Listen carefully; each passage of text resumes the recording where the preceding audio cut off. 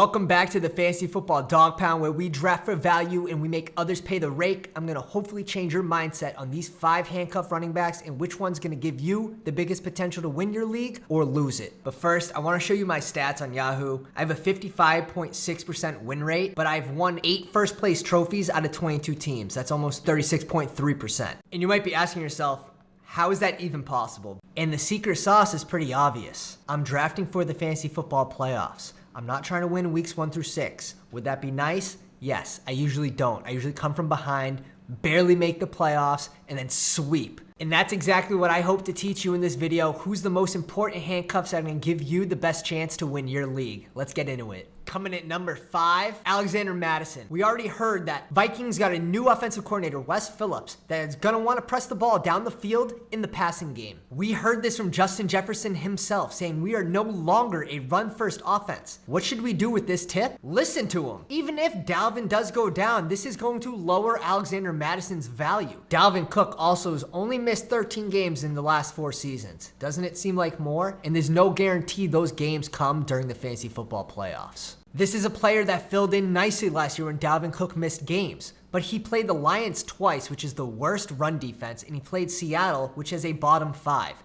So what is his value truly if Dalvin Cook goes down and their new offensive coordinator does not want to run the ball? Are we wasting a roster pick on Alexander Madison? I believe we are. Number 4, Tony Pollard. Now you have to understand, this guy's yards per carry efficiency was only possible because of his role in this offense as a switch-up back. Now Zeke is a pretty tough guy. He even played through a partial PCL tear last year. This isn't a guy that likes to come off the field much, so why are we drafting Pollard as if Zeke is going to get hurt? And then on the other hand, we have Jerry Jones pressuring the coaches into featuring Zeke more this year, not less. So we really have to temper expectations for Pollard. This is a player that only scored 1 game above 15 points last year. He had 1 top 12 finish.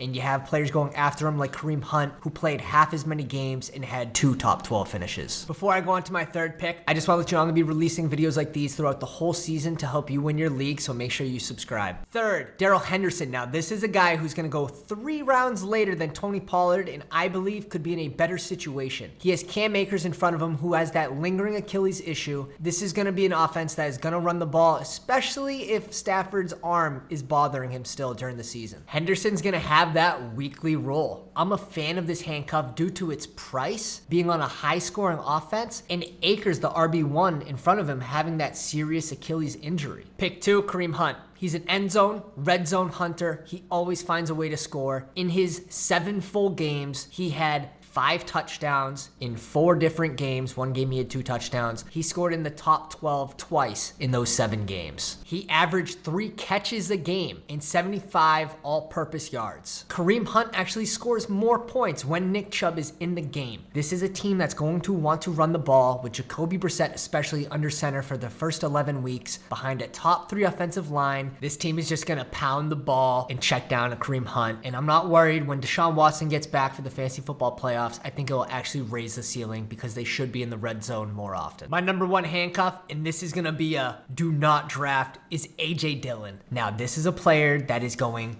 way too soon. He's going before players like J.K. Dobbins, Chase Edmonds, Dameon Pierce, Miles Sanders. These are all RB1s on their team, and we're picking a handcuff in front of them. Does AJ Dillon have freakishly big quads? Yes. Could he make an RB1 on another team? Yes. Did Green Bay lose Davante Adams? Yes. Will all those targets and plays go to AJ Dillon? No. I think the departure of Davante Adams will benefit Aaron Jones more as the pass-catching running back over AJ Dillon. Aaron Jones had the better yards per carry average with 4.7 over AJ Dillon's 4.3. Dillon touched the ball over 220 times last year. How many more chances do you think he's going to get? And we all know Rodgers is greedy in the red zone. If you haven't realized this already, he threw 6 touchdowns to Aaron Jones last year. Some of my honorable mentions, we have Ramondre Stevenson, who might be a tough start for you in the beginning of the year as an RB2 in the Patriots offense in half PPR. I'd prefer Miles Sanders, who goes a few picks earlier and has the projected number 1 offensive line. Melvin Gordon will have a pretty large role, we believe, this year, maybe around 40% of the carries.